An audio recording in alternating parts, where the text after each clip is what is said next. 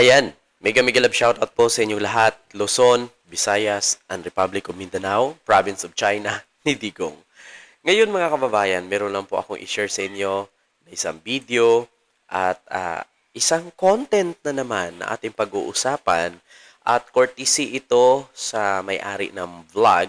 Actually, clean-up ko lang po itong video na ito at i-share ko lang po sa inyo na merong binunyag ang isang miyembro ng Iglesia ni Cristo patungkol nga sa mga Marcos.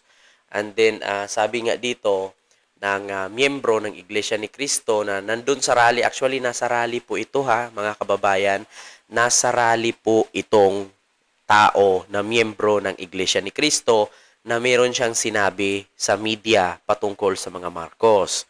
So, sabi nga niya, pumunta daw sila sa rally para sa kapayapaan. Hindi daw po sila pumunta doon para makigulo. Hindi daw siya pumunta doon sa rally para makigulo. Actually, ang time na to, ang mga Iglesia ni Cristo ay nasa grandstand po no, sa Luneta.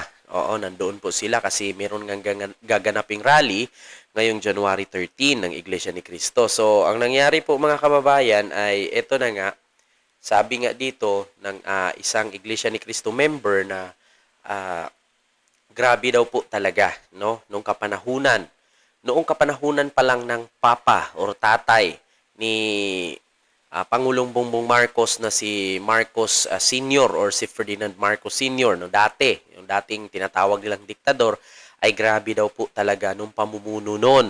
Kasi siya nga daw po ay naabutan daw po niya yon. So panoorin niyo po ang video, kayo na lang po ang humusga, no, mga kababayan.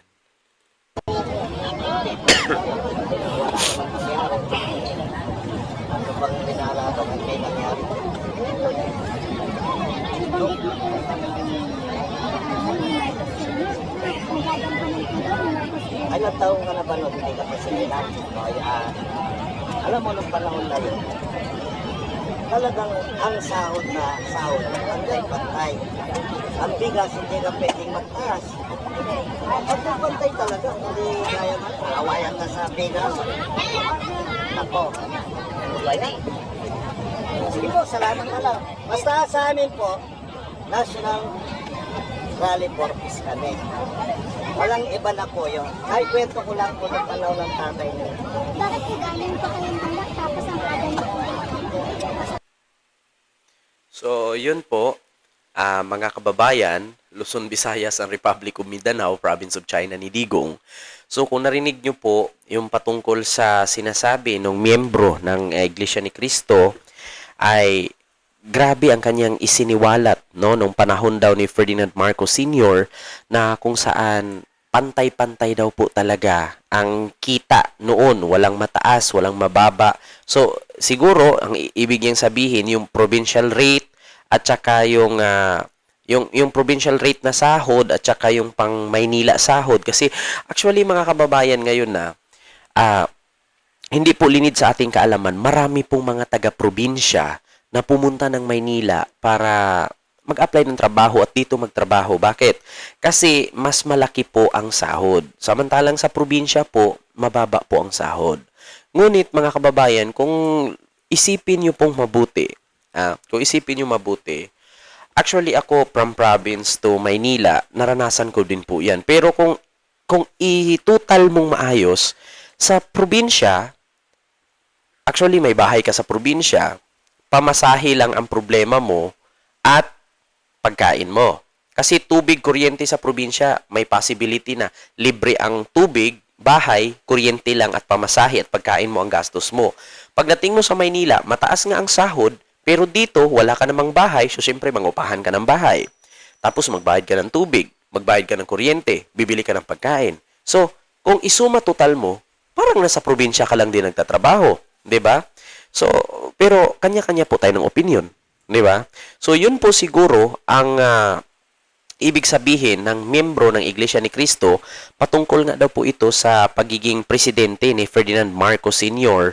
nung panahon no ni Marcos Sr. So, pati nga daw po bigas, hindi ka pwede, na halimbawa ikaw nagtitinda ng bigas, hindi ka daw pwede magtaas ng sarili mong presyo kasi kailangan sumunod ka sa batas kasi actually martial law nga, di ba? So wala po talagang matigas ang ulo. Ngayon kung matigas ang ulo mo at kung makalaban ka sa gobyerno, ay talagang bugbog sarado ka. Or else mapapatay ka, di ba? Katulad lang yan sa meron kang bahay na pinangalagaan. Ngayon, merong umakyat na akyat bahay. So anong gagawin mo? Maliban sa pag nahuli mo, bugbog, ipahuli or else mababaril ka. Bakit? Umakyat ka kasi sa bahay na hindi mo naman bahay. O, di ba? So, ngayon kung ikaw bilang isang pinuno, gusto mong disiplinahin yung tao, kung ayaw sumunod sa'yo, di ba? Hindi lang bugbog abutin mo, mapaparusahan ka. So, siguro nung panahon ni Ferdinand Marcos Sr., kung talagang basagulero ka, matigas ang ulo mo, hindi ka sumunod sa batas, ay talagang may mangyari sa'yo. 'Di ba? Kasi nga martial law. 'Di ba? So, yun.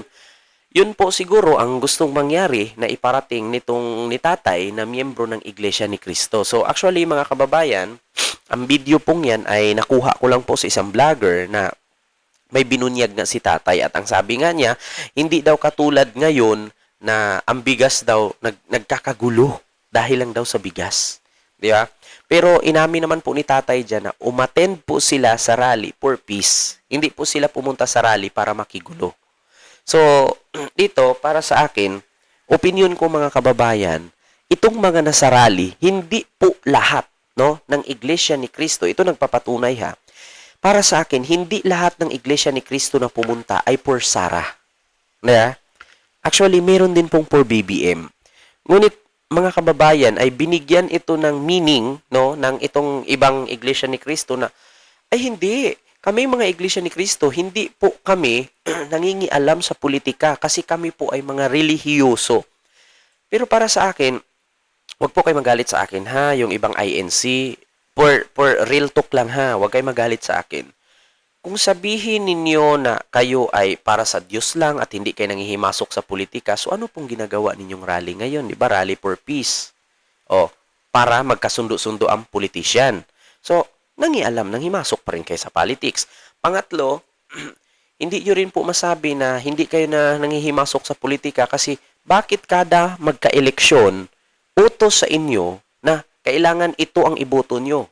Kailangan sundin ninyo ito. So, imasok pa rin kayo sa politika. 'Di ba?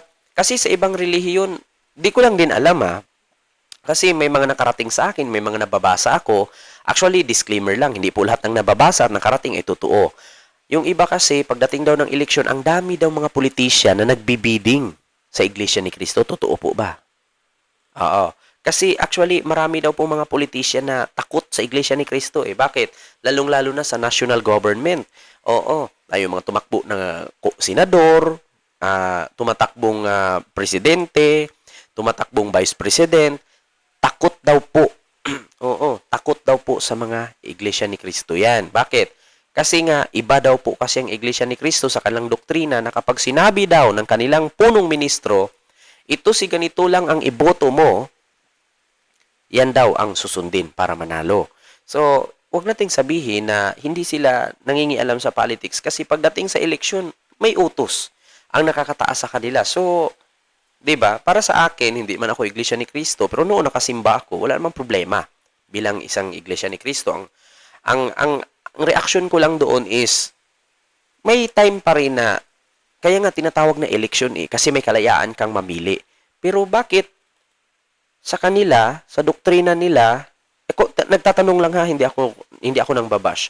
Bakit sa doktrina nila na kung ano ang sinabi ng ministro ay yun ang dapat iboboto nila? Wala ba silang rights mamili sa isa't isa?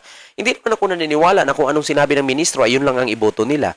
Kasi marami din po sigurong Iglesia ni Cristo na bakit ako susunod sa ministro, may sarili naman akong isip. Kaya nga tinawag na election kasi elect or select. Di ba? So bakit kailangan si ministro ang masusunod? Diba? So, tanong lang po. Hindi pa ako nang babash. Kaya, actually, lahat naman ng relihiyon, nangingialam din sa politics Pero ang para sa akin, wala po akong against sa Iglesia ni Cristo, nagtatanong lang. Diba? Nagsasabi lang. Bato-bato sa langit. Oo, kanya-kanya naman po tayo ng adhikain, kanya-kanya tayong paniniwala, pero iisa lang ang Diyos natin. So, para sa akin, marami pong Iglesia ni Cristo na gusto si Sara, marami din pong Iglesia ni Cristo na ayaw si Sara. At gusto si BBM. So yun lamang po, no? So napanood nyo po na itong Iglesia ni Cristo miyembro ay halatang makamarkos, hindi makasara. Diba? So yun lang, maraming salamat and see you next vlog. God first. Thank you.